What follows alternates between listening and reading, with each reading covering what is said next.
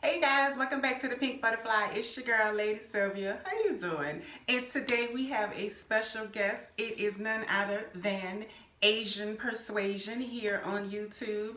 So go to her channel and check it out, Asian Persuasion. Go ahead and like, comment, and subscribe to her channel. Disclaimer, it's been a minute, but I will be back on there. Just give me I'll be back. She does college vlogs, life vlogs, just pretty much vlogging her life, and I am her inspiration. Anyway, so today we thought that actually it was her idea. There you go. It was her idea that we do a video talking about how to have a good relationship with your mom. So a couple months back, we already did the mother-daughter tag, so we thought that we would just come on and tell you what 3 things we each try to do to ensure that we have a good mother-daughter relationship. So do you want to start with your first one? I'll go first. I'll do one and you do one. Okay. Okay, my first thing would be trust. I'm really big on trust, and I am not going to lie. I have lied to her before, but that was because I was very terrified and nervous of what she would say if I told her. Even like in the back of my mind, I knew she's gonna be there from, but you're still scared. Like, that's natural. But I think trusting that I won't go say nothing to nobody. What she tells me, I know she won't go say nothing to nobody. She's one of my best friends. I know I can tell her anything. And sometimes I do regret it because, she just be asking so many questions and stuff. And I say I'm not going to tell her nothing else, but I always go back. It just, because I know she'll be truthful and she'll tell me up front. She'll tell me what's real. And I know it's one of the people I know I can trust with any and everything. So I think trust is very important. You should be able to trust each other no matter what. One of the things I think is key to having a successful, not only mother-daughter relationship, but I have a son as well, so having a successful relationship with him is having unconditional love. As a parent, I have a 17-year-old son and a 19-year-old daughter. Almost 20. Anyway, almost 20-year-old daughter. It is imperative that they know that we love them unconditionally. Now, that does not mean that I have to put up with the mess and the foolishness that you get yourself into and I have to love it anyway. But I'm going to love you in spite of the mess and the foolishness that you may get yourself into.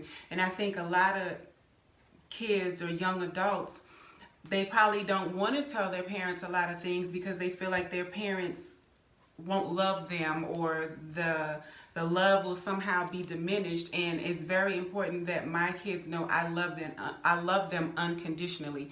I might not love what you do, but I love you. So it might take me 5 minutes to get over this foolishness that you just came and told me, but I prefer that you come and tell me and let me love you through it than you feel like you're all alone and take matters in your own hands and make things worse. So I think another one is communicate. I tell my friends about my mom all the time. It's just a habit. I refer back to her at work, at school. It's just what I do. And they were like, "You tell your mom that?" Or she tells me any nasty or inappropriate stuff, and I do the same to her. I'll say inappropriate things, and someone who comes over, they're like, "Ew, you say that to your mom?" Or she says it to you, and there's like, I can't talk to my mom like that. I can't do this. And I can tell my mom, I can curse in front of my mom. I can tell her I feel like having sex or something, which I will not because I'm a virgin. But I can talk to her. I think communication is very, very important because some of my friends, they can't do that. So when they get in a bind, if they think they're pregnant or if they think something's wrong, they can't go to no one who might just be their number one person to help them, but they can't go to them. And I know if I get in a situation, I can go to her and help her. And I feel like that also goes with trust. You communicate because you trust that you can talk to them. And I think that's important.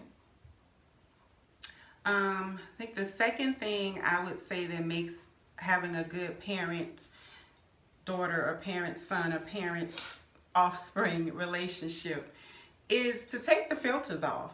Take the rose-colored glasses off.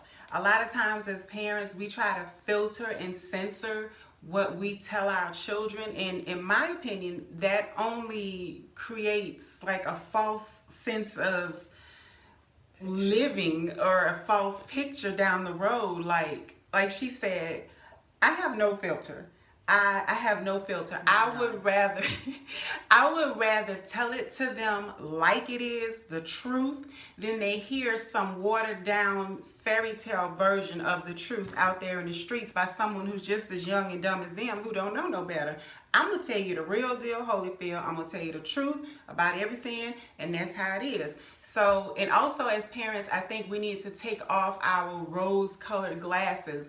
You know, as parents, you want to believe that, oh, little Johnny wouldn't do this and little Sarah wouldn't do that. I guarantee you, given the time, opportunity, and space, little Johnny and little Sarah gonna do all that and things you never even thought about doing till you was 37, honey. She's not dumb. She knows when I went off to school or if I do it here, she knows I was crazy. I mean, it's not a big deal. I was drinking. She's not, parents, I don't think parents, period, shouldn't be dumb, but I'm no angel. She's no angel. And I can call her and tell her I had some Hennessy and Coke, or I'm hungover. I was gonna do it anyway. I might as well just be upfront about it. Like, oh no, I just studied in my room and then went to church.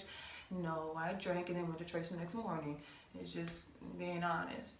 When you take the rose-colored glasses off, you allow the child to be the child. You allow them to experience their experiences. And when you have that open communication, like she said, she can call and say, you know, well, I'm hungover. Mommy, I can't talk right now. I'm hungover. And the first time I was like, oh my Lord. But I didn't trip on her because she's a college student. She's going to drink whether I know about it or not. She's going to have a hangover whether I know about it or not. So don't walk around with filters on thinking, oh, my child will never do this and won't ever do that. No, this is the real world. These kids dealing with real world issues way quicker than we had to deal with those issues when we were their age. So I would just say, take the filter off, be real about it, and stop looking at your children through rose-colored glasses. They're not little porcelain dolls that you can dress up and sit to look cute. They're going to go through some real-world stuff, and they need be prepared by you. I think the last one, is to have fun, not be so serious all the time. I think mother-daughter, just sibling or children and parents' relationship has to be serious and militant and listen to what I say. And I think that it's not fun. You can't have a relationship like that. And we can have fun. Like, I'm 19 now, and I feel she's still my mom. Yeah, she's still a parent, but I think our friend relationship has blossomed as in some more. I listen to her, whatever she tells me. Of course, can I do this? Can I do that? But it's more of like I don't know how to explain it. She's still my mom, but we're having more of a friend relationship outside of that, and we have fun. We have inside jokes. We're laughing. We goof around. We're up at 3:00 in the morning. That's why when you can be honest with them and you can talk to them. And I know if I want to come lay in her bed and we just watch movies, I'll read a book or something. We spend a lot of time together, and sometimes it's like, okay, get away from me. You're annoying me. Mm-hmm. But then other times like, I miss you. I think that's really important. Not so serious and have fun. Not be so on their backs, because she was, but now that I'm 19, I know what I need to do. I know what I have to do in order to be successful like she wants me to be and how I want to be. So I think that's important. My turn? Yes. So my third tip for a successful relationship with your child would be, as the parent, let go. As hard as it is so incredibly hard. But eventually you do have to let go. Now, I'm not saying the day they turn 18 or the day you move them into college, you on your own now, I'm gone. No, it's a gradual process. I would say probably, their junior year of high school, you start letting them have a little bit more freedom. But eventually you do have to kind of release a little bit, let go a little bit. I remember years and years and years ago, probably when she was little, or maybe after she was, maybe after my son was born or something, they came out with these little harnesses for kids, like you see them in the mall, and they have like a little monkey backpack, but they had a string on it, so the kid can only wander so far before the parent will pull them back by that little strap. Do you remember those? So, I never had to do that with my kids, because I say stand right here, they stood right there, okay? But it's kind of like that. You know, when they're in high school, you kind of put a little monkey backpack with the strap on them and you let them go as far as they can go, but they still have the parameters. Once they get out of your house, and you know, even if they're attending school and they still live at home with you, we still have to learn to let go a little bit. They're growing up. You want them to grow up. You want them to come into their own. And also part of letting go is allowing them to be who they're going to be, not who you want them to be. And that's something that I had to learn, to stop pushing so much and allow her to figure out, and allow my son to figure out who they're going to be, when they're going to be it, and how they're going to be it, and not be who I want them to be. It's still a process, because sometimes she's like, do this and do that, and then I say, I got it, because in a blue moon, if I really do have it, she won't believe it unless she sees it, but I really do have my stuff in order, and she'll be petty, and she'll, fine, I'm not going to do nothing else. You do it by yourself. No, I'm just saying in this one particular moment, I have it, and sometimes, yes, I do need her to remind me or do it, but when I do it, if she don't see it, it didn't happen. Yes. Sometimes I am petty Betty. I am petty wop sometimes. She said, I won't help him with nothing else. I won't say nothing else. And then that wasn't necessary.